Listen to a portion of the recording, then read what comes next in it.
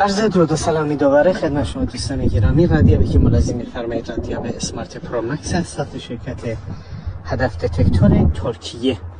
این دو تا نکته رو اینجا میخوام عرض کنم خدمتتون.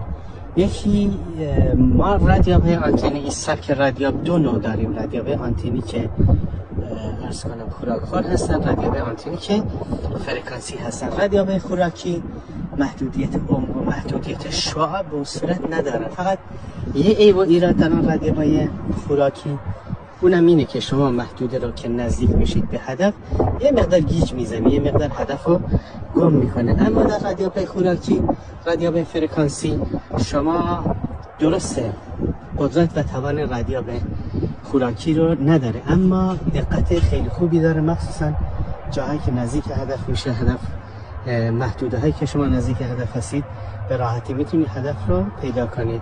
اسمارت پرو مکس ترکیبی از این دو تاست، یعنی هم خوراکی است هم فرکانسی. زمانی که از خوراک استفاده میکنید شما خوراک مورد نظر رو داخل مخزن قرار میدید و قسمت الکترونیکی رو جدا میکنید. زمانی که بخواید به صورت فرکانسی استفاده کنید پک کاملش رو سرهم میکنید. اینجا ما هم رادیو به خوراکی داریم و هم رادیو به فرکانسی. ابتدا با رادیو به خوراکی شما شروع میکنید به رادیو کردن محیط، ببینید آیا چیزی هست یا نه.